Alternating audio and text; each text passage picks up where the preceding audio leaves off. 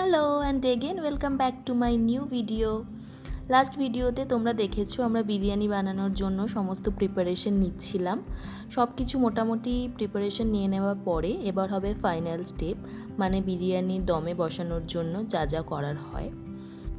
প্রথমেই ঘি আর বাটার দিয়ে তারপরে একে একে চিকেনের পিসগুলো আর আলু দিয়ে গ্রেভি দিয়ে দেওয়া হলো। এরপরে গোলাপ জল, কেওড়া জল, মিঠা আতর, তারপরে দেওয়া হলো রাইস।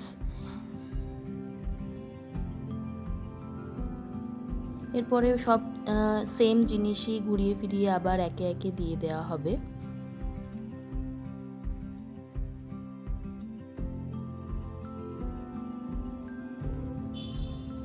একদম লাস্টে দেয়া হচ্ছে বেরেস্তা। এরপরে এটাকে ঢেকে দমে বসাতে হবে 20 থেকে 25 মিনিটের জন্য। আমি তো আর একদম ওয়েট করতে পারছিলাম না, এত দারুণ স্মেল আসছিল। যেহেতু এখানে সেইভাবে ভালো বিরিয়ানি পাওয়া যায় না, আর এখানের বিরিয়ানিগুলো আমার খেতে একদম ভালো লাগে না, তো অনেক দিন পর আলু তার সাথে কলকাতা স্টাইলের বিরিয়ানি, তো আমি আর নিজেকে কন্ট্রোল করতে পারছিলাম না। তো এই তো আমাদের বিরিয়ানি রেডি। তার সাথে ছিল ধনেপাতার চাটনি আর রায়তা।